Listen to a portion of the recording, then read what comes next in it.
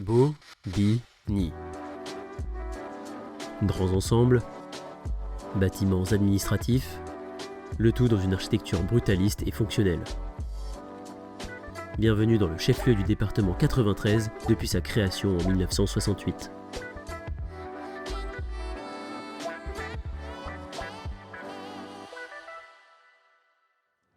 Aujourd'hui, on découvre la ligne qui dessert cette ville. Bienvenue dans les secrets du métro parisien, ligne 5.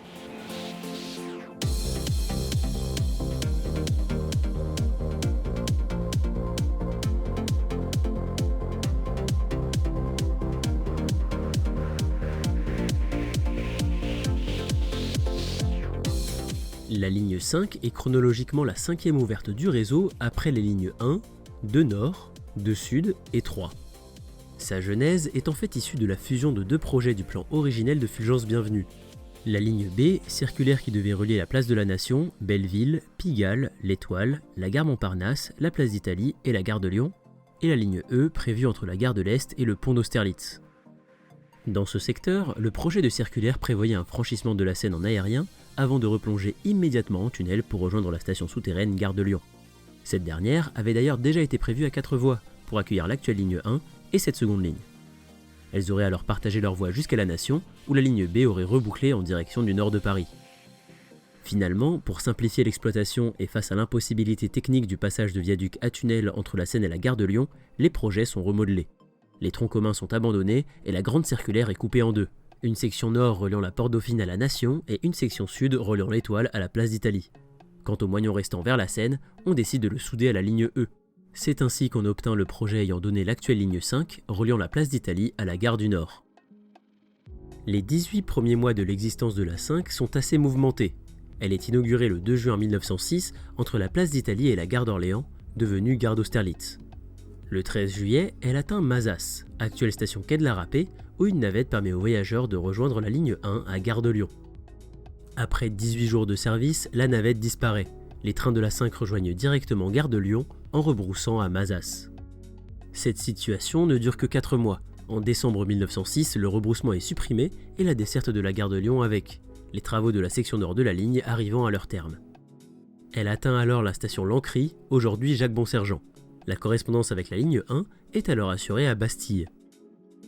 Moins d'un an plus tard, en octobre 1907, la ligne 5 absorbe la ligne 2 Sud, repoussant son terminus à la place de l'Étoile. Le mois suivant, les stations Gare de l'Est et Gare du Nord ouvrent enfin, marquant l'achèvement du projet initial de la ligne 5. La modification suivante intervient en mai 1931. À l'occasion de l'exposition coloniale qui a lieu au Bois de Vincennes, la ligne 5 cède sa section Italie-Étoile à la ligne 6 pendant la durée de l'événement.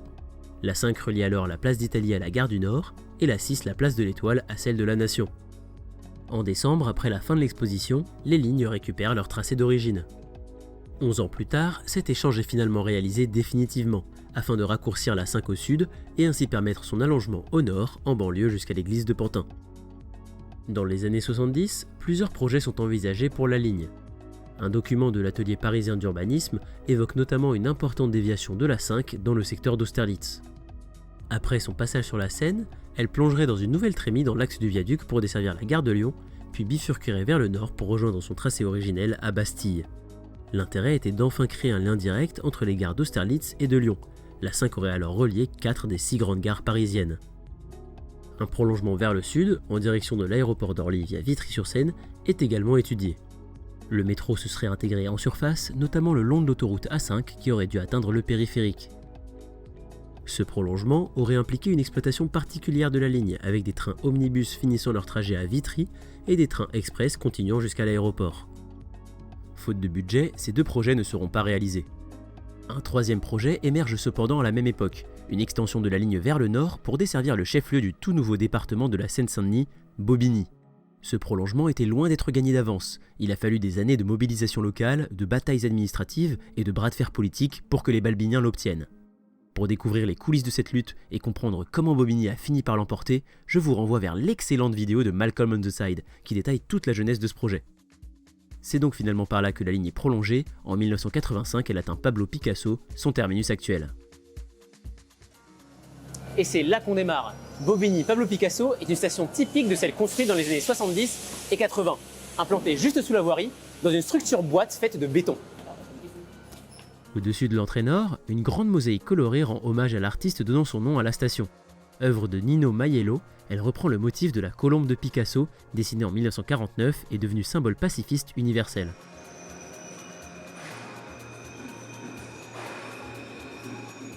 Au-delà des quais de la station, le tunnel se poursuit par une arrière-gare qui s'achève aux abords du tunnel de l'autoroute A86. Une position contrainte qui complique sérieusement un éventuel prolongement de la ligne vers le nord, pourtant envisagé dans le schéma directeur régional de 2013 pour desservir Drancy. Sans surprise, ce projet n'a pas été reconduit dans le nouveau schéma adopté en 2025. Bobigny-Pablo-Picasso et sa station adjacente Bobigny-Pantin-Raymond-Queneau sont séparés par une interstation de 2426 mètres, actuellement la deuxième plus longue de tout le réseau du métro. Elle représente à elle seule plus de 16% de la longueur totale de la ligne. Heureusement, ce trajet est majoritairement à l'air libre au bord du canal de l'Ourcq.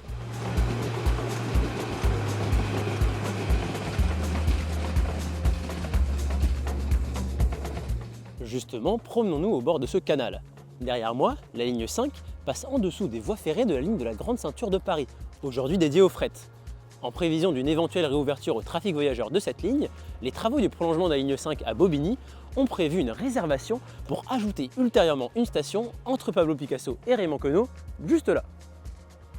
Connue sous le nom de Bobigny-La Folie, cette station devait être créée pour assurer la correspondance entre la ligne 5 et le prolongement du tramway T11 jusqu'à Noisy-le-Sec, au bord de la ligne de Grande Ceinture. Cependant, le projet de prolongement du dit tram accuse aujourd'hui un sérieux retard, et la création de la station de métro n'est donc à ce jour toujours pas confirmée.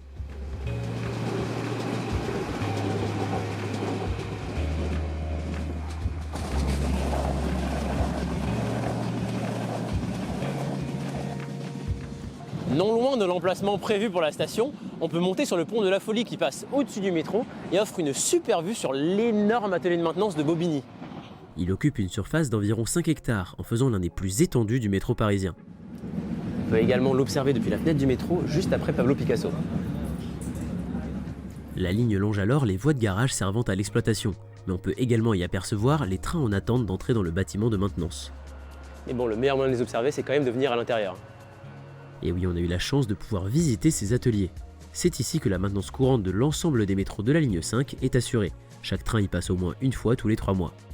Mais il n'est également pas rare d'y voir du matériel d'autres lignes, que ce soit par manque de place dans leurs ateliers d'origine ou pour des opérations spécifiques. Nous sommes actuellement sous un train de la ligne 2. Par exemple, avec l'usure et les freinages répétés, les roues du métro perdent leur rondeur, ce qui finit par provoquer des nuisances sonores et surtout des vibrations. Pour y remédier, le site de Bobigny est équipé de ce qu'on appelle un tour en fosse. Cette machine, placée directement sous les rails, permet de redonner le profil parfait aux roues des trains sans même démonter les essieux. Mais comme cet outil est extrêmement coûteux et volumineux, il est impossible d'en équiper chaque atelier. Ainsi, les métros des lignes 2, 3, 3 bis, 7 bis, 10 et 12, comme ce MF67, viennent régulièrement à Bobigny pour cette opération. En plus de cela, le site est partagé depuis 1992 avec la ligne de tramway T1.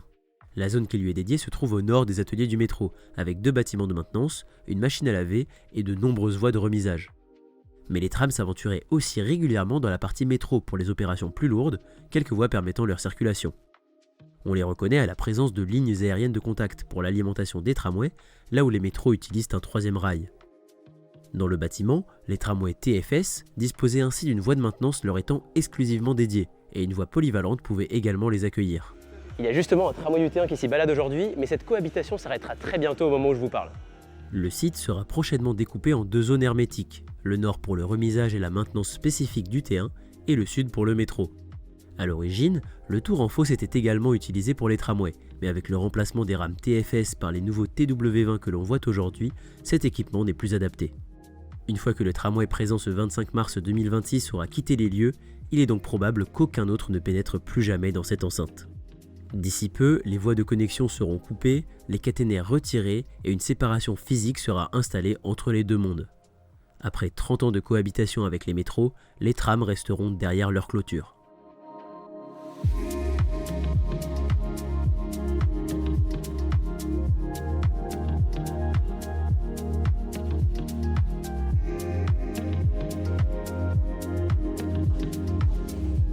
Bon, revenons à la ligne 5. Après avoir longé les ateliers et le canal, la ligne repasse en tunnel pour desservir la station Bobigny-Pantin-Raymond-Queneau. Ouverte en 1985 en même temps que le terminus Pablo Picasso, elle adopte un style très proche. Sa boîte est en revanche bien moins vaste et la station ne dispose donc que d'un étroit quai central pour les deux directions. Cette configuration n'est pourtant pas due à un manque d'espace en surface. En effet, le métro s'insère ici sous l'ancienne route nationale 3, un axe particulièrement large. Ce qui explique l'exiguïté de la station n'est toutefois plus visible aujourd'hui. En fait, jusqu'à récemment, une trémie routière permettait de shunter le carrefour à feu en surface. Ouverte en 1987, elle avait été planifiée en même temps que la construction du métro. L'espace réservé aux deux voies routières souterraines a ainsi fortement contraint le gabarit de la station, ne laissant que peu de place pour l'unique quai et les voies. La trémie a finalement été comblée en 2022, laissant place à ces carrés de pelouse qui devraient être remplacés par des voies de bus en site propre pour la future ligne TZN3. Le métro restera quant à lui confiné dans sa petite boîte.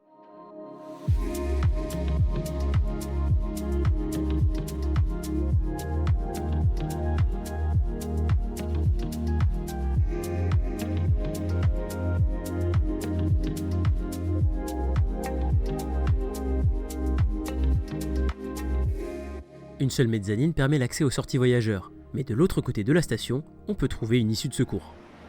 Elle débouche sur la rue de Paris par des escaliers dont l'État trahit qu'ils ne sont pas ouverts au public en service normal. Après des escaliers horribles, changement d'ambiance. Voici la mairie du 19e arrondissement de Paris. Celle-ci est desservie à distance par la station Laumière à 350 mètres d'ici, au bout de l'avenue éponyme. Le métro est arrivé ici en 1942, lors du prolongement de la ligne 5 de Gare du Nord à Église de Pantin. Planifié dès la fin des années 20 avec les premières extensions du métro en banlieue, le tracé réalisé dans le 19e arrondissement est toutefois différent du projet initial. Entre Jaurès et Porte de Pantin, la 5 aurait dû passer plus au sud par les rues Armand Carrel, Ménadier et de Crimée, en desservant 3 stations dont une au droit de la mairie. Finalement, un itinéraire direct et rectiligne avec une station en moins a été préféré, la mairie sera desservie à distance. Et nous voici à Gare du Nord, station du réseau de métro la plus fréquentée, et c'est logique, elle dessert la gare ferroviaire la plus fréquentée d'Europe. La ligne 5 est la première à la desservir dès 1907, mais les quais où nous nous trouvons actuellement ne sont pas du tout aussi anciens. Je vous explique.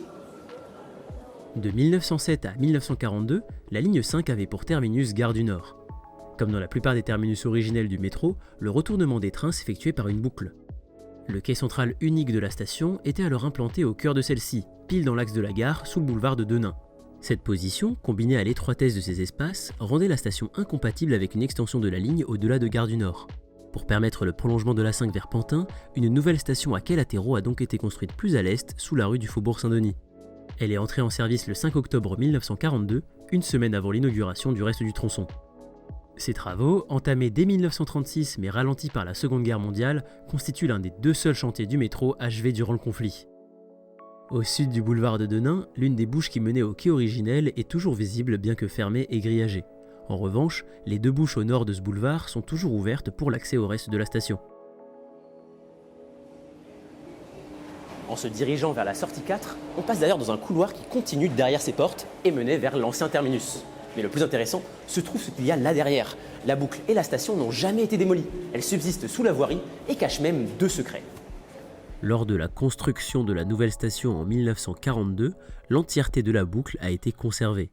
Si une courte section a dû être démolie à la fin des années 70 pour le creusement du RER B, le reste a échappé au murage.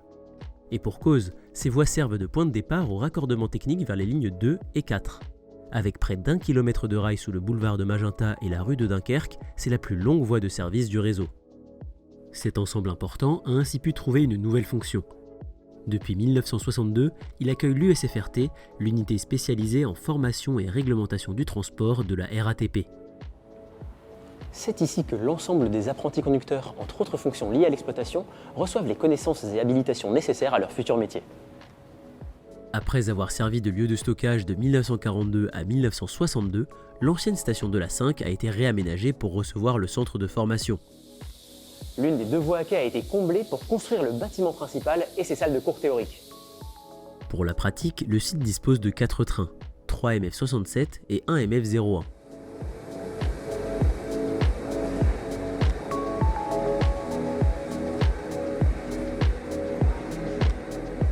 Les futurs conducteurs s'entraînent directement dans les voies de service alentour, des signaux d'entraînement et des panneaux de station fixés au tunnel permettant de simuler une ligne. Ici, on est par exemple dans la station fictive Bastille. Depuis les trains de la ligne 5, on peut toujours apercevoir les restes de la boucle de 1907, notamment le tunnel de son entrée sud menant vers les voies de service et le centre de formation. Dans le réseau fictif de l'USFRT, le quai visible depuis la ligne 5 s'appelle Gare de l'Est, et c'est justement notre prochain arrêt.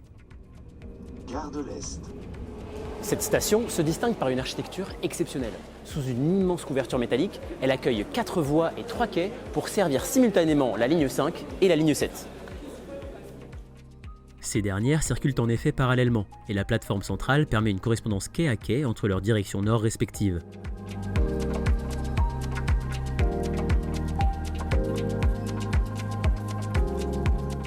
Pour les autres échanges, on peut les effectuer via une passerelle qui relie les 3 quais et offre une belle vue sur l'ensemble de la structure.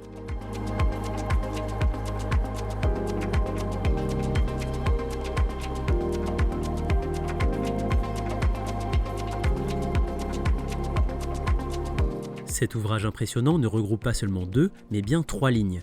La station de la ligne 4 a été prévue dès l'origine juste en dessous des voies des lignes 5 et 7. Depuis ces quais, on peut voir clairement le pont métallique qui soutient les 2 lignes passant au niveau supérieur. L'ensemble, conçu comme une structure unique, a accueilli d'abord la ligne 5 dès 1907, puis la 4 en 1908 et enfin la 7 en 1910. Cette anticipation illustre la précision du plan global d'évolution du métro à l'époque.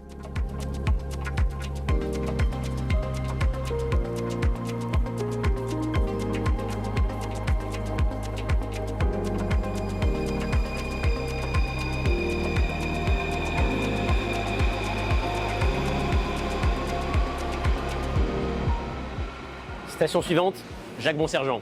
En tant que Gazard, c'est un nom qui me touche particulièrement. Je vous explique. La station s'appelait initialement Lancry et fut le terminus provisoire de la ligne 5 entre décembre 1906 et novembre 1907, avant son arrivée à Gare du Nord. Mais au sortir de la Seconde Guerre mondiale, elle est renommée pour honorer la mémoire de Jacques Bonsergent, ingénieur diplômé de l'École nationale supérieure d'arts et métiers, autrement dit un Gazard.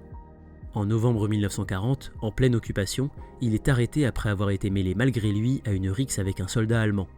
Refusant de dénoncer ses amis, il endosse seul la responsabilité de l'incident. À 28 ans, il devient le premier civil parisien fusillé par les autorités allemandes, pour faire l'exemple. Très attaché à sa communauté d'anciens élèves, la communauté gazarique, il écrit une lettre à l'un de ses camarades la veille de son exécution, devenant pour nous autres Gazards un symbole de fraternité encore aujourd'hui.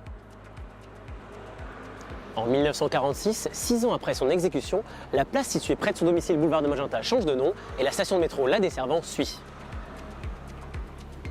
Sur chaque quai, une plaque lui rend hommage et sur le quai direction Bobigny, une grille décorée représente la résistance avec la France emprisonnée brandissant des fusils. Il y a aussi dessus un sigle AM pour l'École nationale supérieure d'arts et métiers.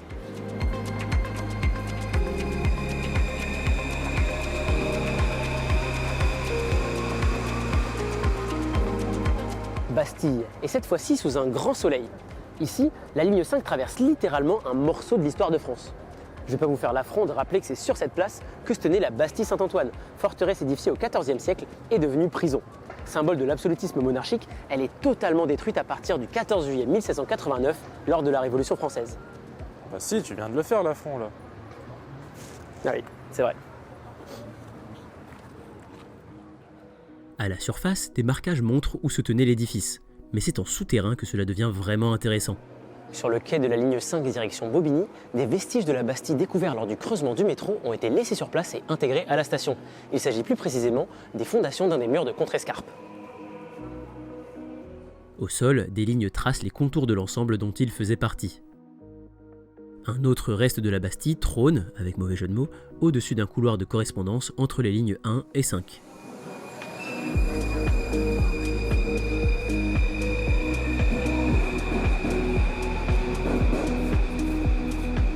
D'ailleurs, avez-vous déjà remarqué cet autre couloir qui monte et redescend tout de suite, encadré par cette structure métallique?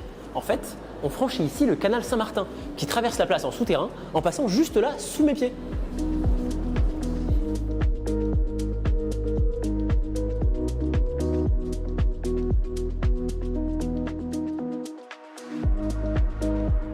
Avant qu'on s'écarte de la place, un petit mot sur le monument qui trône en son centre.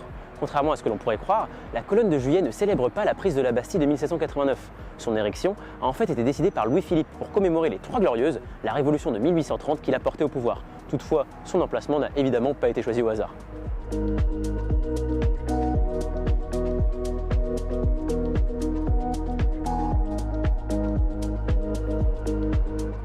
Bon, on s'est à peine écarté de la place pour le prochain secret. D'après vous, quel est ce bâtiment? En tout cas, ce qui est sûr, c'est que c'est pas un espace événementiel avec rooftop. Hein. Bah si. Quoi?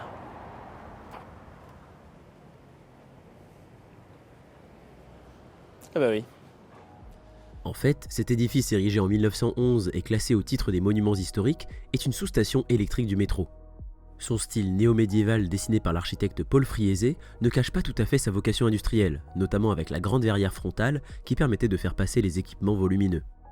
Depuis près d'un siècle, le rez-de-chaussée et le premier étage du bâtiment servent à redresser et transformer l'électricité. La sous-station participe ainsi toujours à l'alimentation des lignes 1, 5, 7 et 14. Les étages supérieurs, prévus à l'origine pour du stockage, ont été convertis en bureaux dans la seconde moitié du XXe siècle grâce à la modernisation du matériel électrique. Cependant, malgré la surface disponible, les normes sur les issues de secours limitaient leur capacité à seulement 19 personnes simultanément. C'est pour mieux valoriser ce patrimoine que la filiale RATP Real Estate a décidé de réhabiliter entièrement l'espace. Remis aux normes actuelles, il est devenu un lieu d'accueil polyvalent exploité sous la marque Urban Station. Sur 2 étages, on trouve désormais plusieurs salles de réunion et de conférences, un bar et une salle à manger en plus d'une cuisine cachée en coulisses. Le projet incluait la mise en valeur de la structure en métal rifté du bâtiment, conservant ainsi son esprit industriel.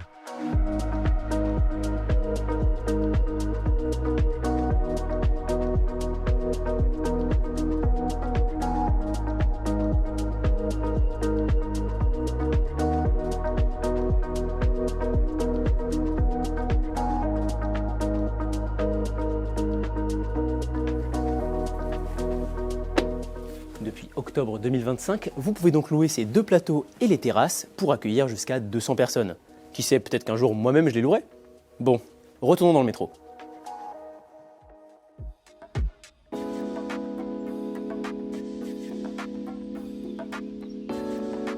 Alors vous l'avez vu, non? On vient pourtant de traverser la station abandonnée Arsenal. En septembre 1939, la mobilisation générale à l'aube de la Seconde Guerre mondiale mène à la fermeture de la majorité des stations de métro. Si la plupart ont rapidement rouvert, Arsenal fait partie de celles qui ne reverront jamais de voyageurs.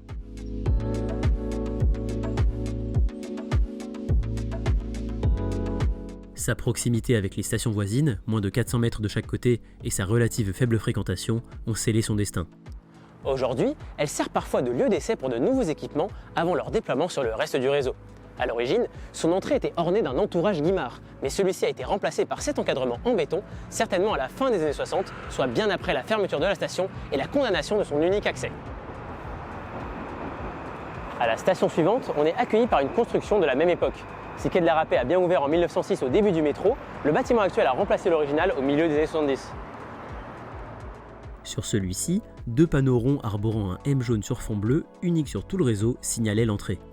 Ils ont malheureusement été remplacés par un totem plus récent en 2014.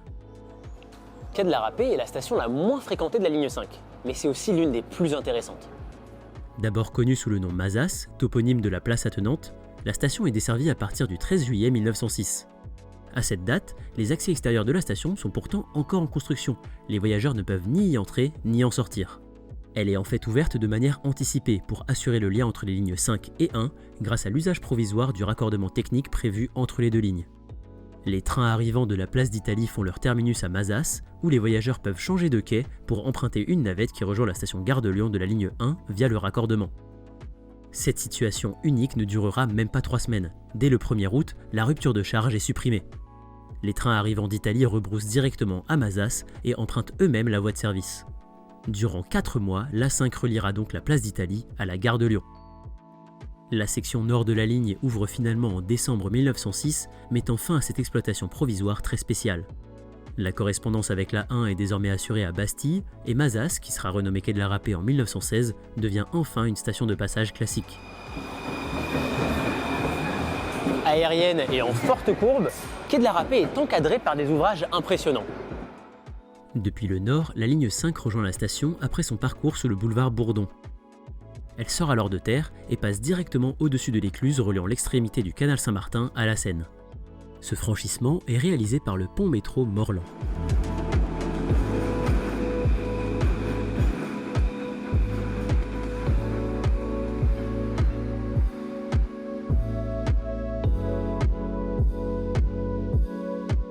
La conception de cet ouvrage au début du XXe siècle a répondu à des contraintes de gabarit strictes.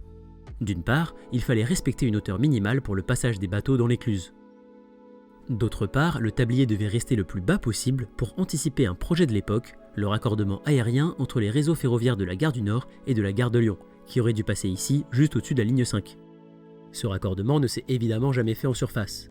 Finalement, son héritier, le tunnel du RERD, passe bien près d'ici, mais à 20 mètres sous terre.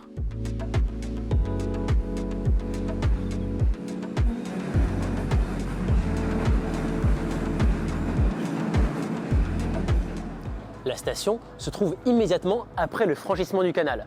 La structure du pont impose que les voies s'écartent franchement pour éviter le treillis central. Ainsi, les quais, en plus d'être courbes, divergent pour suivre la trajectoire des voies, donnant cet aspect si singulier à la station.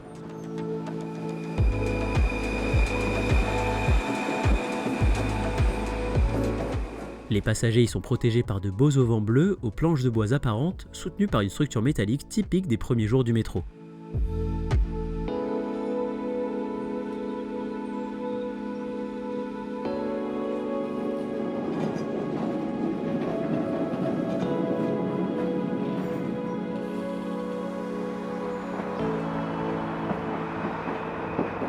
Juste au sud de la station, la ligne 5 repasse brièvement au tunnel pour passer sous le débouché du pont d'Austerlitz. C'est d'ailleurs ici que débute le raccordement technique vers la ligne 1. Il aboutit directement dans la station Gare de Lyon, cachée derrière cette grille. On l'a vu, cette voie a d'abord servi durant quelques mois à permettre une correspondance provisoire entre la ligne 5 et la ligne 1, avant de retrouver une fonction strictement technique. Tracé sous le boulevard Diderot, ce raccord passe près du siège de la compagnie du métropolitain parisien CMP, ancêtre de la RATP. À partir de 1937, cette position stratégique va lui donner une nouvelle utilité. Cette année-là, la CMP décide de commencer à faire circuler un train dit des finances. Son but ? Approvisionner les stations du réseau en monnaie et en récupérer les recettes du jour. Ce convoi de transport de fonds, composé de tracteurs et de voitures de métro renforcées, s'élance après les derniers trains de passagers et réalise d'abord une boucle simple par la place d'Italie, Montparnasse, l'Étoile et la gare de Lyon. À partir des années 50, le train des finances est assuré par une simple motrice blindée, que les agents surnommeront la grosse caisse. Il parcourt alors des itinéraires plus complexes via les différents raccordements techniques du réseau, afin de desservir davantage de stations. Ces trajets démarrent et terminent cependant toujours dans le raccordement du boulevard Diderot, d'où part une autre infrastructure spécifique, la voie des finances. C'est une voie étroite où les deux rails sont écartés de 60 cm qui passe sous la rue de Bercy pour relier le métro au coffre-fort de la CMP, situé sous son bâtiment administratif. Des portes blindées la séparent du réseau classique. Concrètement, après sa tournée des stations, le train des finances est déchargé sur un quai spécial dans le raccordement. L'argent est transféré à travers les portes blindées et chargé sur des wagonnets électriques qui l'emmènent jusqu'au siège via la voie étroite.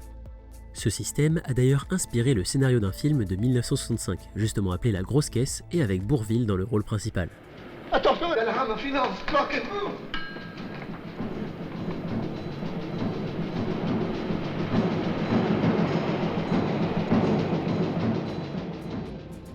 Ces manœuvres initiées par la CMP ont continué après la création et la reprise du réseau par la RATP en 1949, et ce jusqu'en 1967.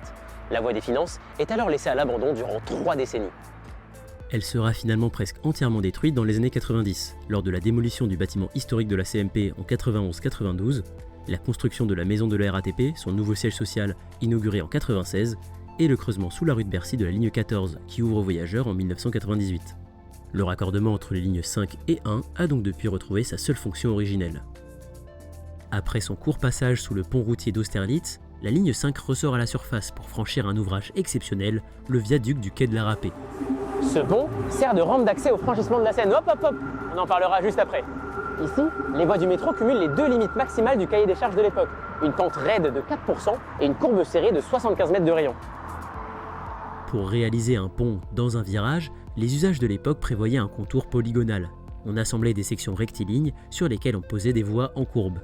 C'est par exemple comme cela que sont faits les virages sur les viaducs des lignes 2 et 6. Mais ici, l'entreprise Day et Pillet, qui signait la charpente du Grand Palais quelques années plus tôt, a réalisé une prouesse. Le premier pont métallique à plusieurs travées dont les poutres principales sont cintrées. Leur courbure est ainsi concentrique à celle décrite par les voies et la structure enveloppe précisément le gabarit des trains. À la fois en pente et en arc de cercle, ce pont est véritablement hélicoïdal. Et il débouche sur un second ouvrage encore plus impressionnant, le viaduc d'Austerlitz. Là, il faut tourner, Riles. Oui, pardon. Voici selon moi l'un des plus beaux ouvrages franchissant la Seine. Le viaduc d'Austerlitz est constitué d'une seule travée de 140 mètres. Parmi les ponts de la capitale, c'est encore aujourd'hui celui possédant la plus longue portée, seulement dépassé par la passerelle Simone de Beauvoir.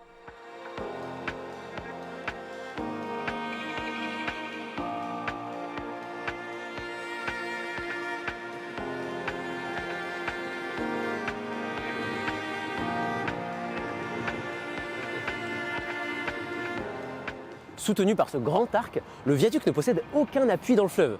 Cela est dû à une demande expresse du service de la navigation de l'époque. Pour ne pas gêner le trafic des ports d'Austerlitz et de la Rapée, au-dessus desquels passe le pont, aucun pilier ne devait être construit dans la Seine. Cette contrainte nous permet aujourd'hui d'admirer cette superbe structure, richement décorée, que ce soit au niveau des arcs, de leurs articulations ou des deux piliers encadrants.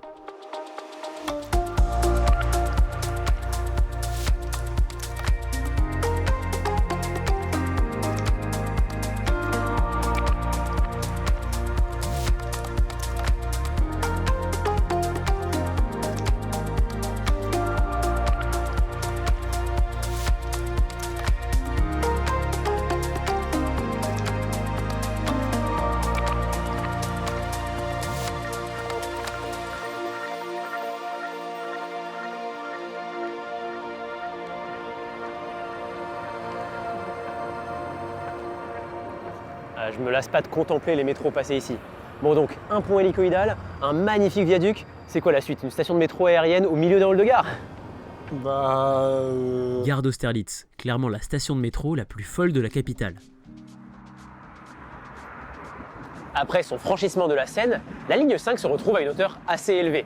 Un retour immédiat en souterrain étant techniquement impossible et la correspondance avec les trains indispensable, quoi de mieux que de traverser directement le bâtiment de la gare en hauteur? Eh bien, c'est ce que se sont dit les ingénieurs de l'époque au moment de concevoir le tracé de la ligne. Ainsi, au bout du viaduc d'Austerlitz, la 5 se place perpendiculairement à la gare et pénètre sous sa verrière. Dans le hall, le métro passe sur un grand viaduc métallique qui soutient à la fois les voies et les quais de la station. Après son arrêt, le métro ressort de l'autre côté et continue son tracé sur un viaduc classique similaire à ceux des lignes 2 et 6, le long du boulevard de l'Hôpital pour redescendre doucement en tunnel.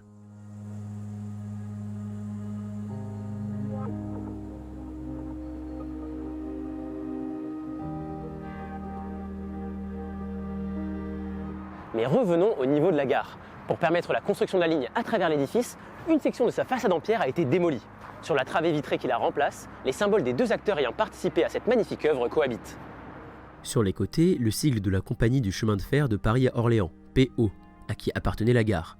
Et au milieu, le blason de Paris, à qui appartenait le métro. Un bateau blanc sur fond rouge surmonté de fleurs de lys disposées sur le fond bleu de la structure métallique.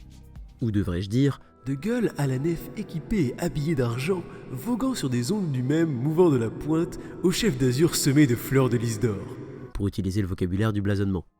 Ces symboles sont complétés par des ornementations au thème végétal que l'on retrouve à l'intérieur aux deux extrémités de la station de la ligne 5. Depuis la station de métro, on a une magnifique vue sur la verrière de la gare, la deuxième plus longue de France.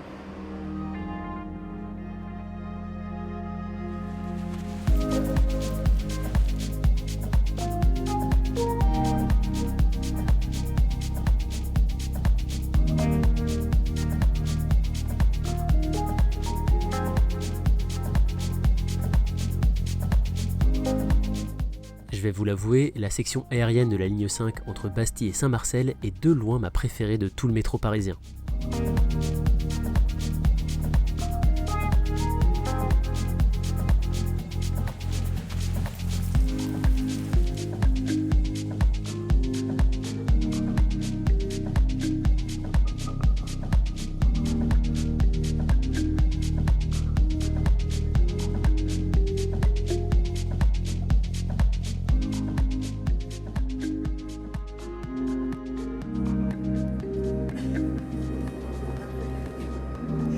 Fangio.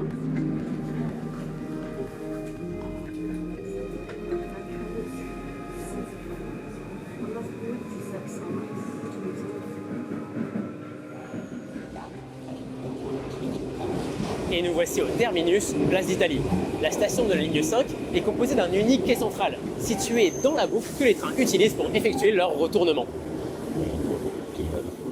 Ouverte en avril 1906, la boucle de la place d'Italie sert d'abord de terminus à la ligne 2 Sud en provenance de l'Étoile. 2 mois plus tard, la ligne 5 la rejoint, les deux lignes partagent alors la même boucle et le même quai central, ce qui rend la correspondance directe entre les deux.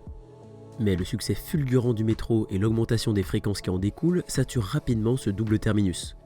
Dès mai 1907, on décide donc de déplacer la 2 Sud dans la station prévue pour la future ligne 6 Italie-Nation.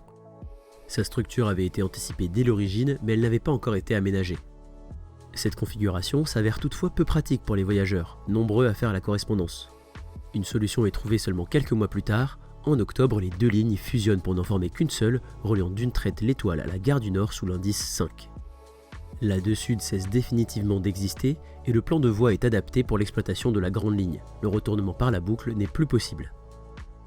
La ligne 6 ouvre finalement en 1909 et effectue son terminus dans la station prévue à cet effet. En 1942, la 6 reprend la section Italie-Étoile et la ligne 5 retrouve donc son terminus originel, place d'Italie. Pourtant, pendant des décennies, ce retournement s'effectue en tiroir. Les trains changent de direction sur une voie derrière l'unique quai central. Le tunnel de la boucle sert désormais au garage des trains. La disposition de ce terminus contraignait fortement l'exploitation, mais grâce à la création de nouvelles voies de garage à Bobigny de l'autre côté de la ligne, celles de la place d'Italie deviennent superflues. Ainsi, au début du XXIe siècle, pour améliorer la robustesse de la ligne et permettre une augmentation des fréquences, la RATP décide de remettre la boucle en service. La station de la ligne 5 ferme plus de 2 mois pour le chantier, et depuis septembre 2007, les trains parcourent à nouveau la boucle au quotidien. Il s'agit de l'une des trajectoires les plus insolites du métro. Son tunnel a été construit il y a 110 ans, mais la boucle n'aura été utilisée comme telle seulement quelques mois à ses débuts. Elle a ensuite été abandonnée pendant près d'un siècle, avant de finalement reprendre du service pour de bon il y a à peine 20 ans. Techniquement, il s'agit donc de la boucle la plus récente du réseau. Si la ligne s'arrête aujourd'hui ici, nombreux sont ceux voulant l'emmener plus loin au sud. Comme mentionné plus tôt, le projet le plus poussé a été celui de rallier l'aéroport d'Orly dans les années 70. Finalement, c'est un prolongement bien plus court vers la place de Rungis au sud-ouest du 13e arrondissement qui est évoqué officiellement depuis quelques décennies. Inscrit au schéma directeur régionaux de 2008, de 2013 et toujours présent dans celui de 2025, le projet n'a jamais avancé d'un pas. On peut parler d'un serpent de mer. Si sa réalisation patine, c'est qu'elle se heurte à un problème technique majeur, le passage de la place d'Italie. La ligne 5 y est actuellement complètement contrainte. En effet, la boucle se trouve exactement au même niveau que la ligne 6, les quais de sa station à l'est, son tunnel au sud et l'accès à son atelier de maintenance à l'ouest. Pour franchir cet obstacle, la seule solution serait de reconstruire la station Place d'Italie de la 5 plus en profondeur, dans un sous-sol déjà encombré par la ligne 7. En bref, une entreprise colossale dont la concrétisation ne semble pas envisageable avant les années 2040, si tant est qu'elle voit le jour. Et on est déjà au bout de la ligne, on repart faire un petit tour pour le florilège de petits secrets. Et on commence à l'autre extrémité de la ligne. À Bobigny Pablo Picasso, on peut trouver un vieux reste de cadre d'écran d'information, désormais vide. Il orne le quai arrivé depuis 1992 et l'ouverture de la ligne de tramway T1. À Église de Pantin, la sortie 4 est placée en pied d'immeuble et est surmontée d'un panneau assez inhabituel. La station suivante rend hommage au général de la Révolution Lazare Hoche. D'abord via son nom, évidemment, mais également grâce à une vitrine parfaitement transparente placée dans l'ancienne niche du chef de station et présentant un petit buste et des événements de sa vie.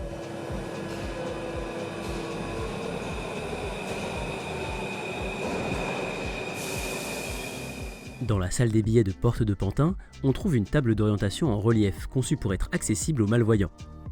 Elle présente les grands lieux du quartier comme le Conservatoire national supérieur et la Cité de la musique. C'est d'ailleurs l'ouverture de cette dernière en 1995 qui a poussé la RATP à installer une décoration culturelle spécifique sur les quais de la station. Ces voûtes sont couvertes de carreaux, représentant une partition avec des notes de musique colorées. La police d'écriture du nom de la station sur les carrelages est unique sur le réseau. Cet aménagement a fait perdre à la station sa parure des années 40. Assez rare sur le réseau, on la retrouve encore à Auch, Laumières, Jaurès et Stalingrad, avec ses cadres publicitaires marrons surmontés d'un grand M en relief et le nom des stations intégré au revêtement de la voûte. En dehors de la 5, seules 3 autres stations du réseau ont conservé cette décoration. Comme à Auch, l'ancienne niche du chef de station d'Ourcq est réutilisée pour exposer une œuvre d'art de Thierry Grave. Sculptée dans du tilleul, elle représente l'articulation d'un animal fabuleux. Laumière. Ici, on peut voir une coupe de la voûte de la station apposée sur une vitre au-dessus de l'escalier menant au quai direction Bobigny. Station suivante, Jaurès. Dans le couloir de correspondance menant à la ligne 5, une installation nommée Belles Échappées recouvre les dalles d'éclairage avec des images de ciel bleu, de nuages et d'arbres. Enfin, on termine par le secret le plus récent de la ligne. Juste à l'ouest de la gare d'Austerlitz, le viaduc du métro passe sous un bâtiment-pont, partie du projet de renouvellement urbain du quartier de la gare. Le chantier du bâtiment, démarré en 2022, n'a pas engendré d'interruption du trafic sur la 5. On a donc désormais un petit peu de Chongqing chez nous.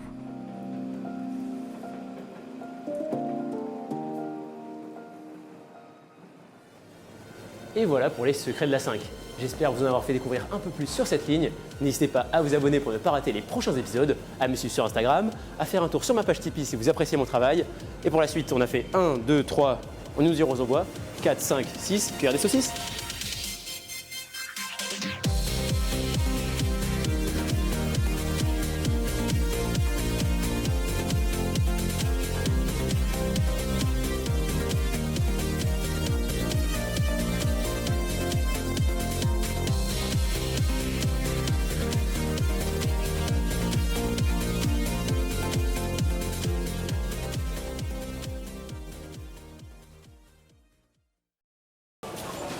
Six, seven. Ah, la vidéo qui finit sur ça, c'est parfait.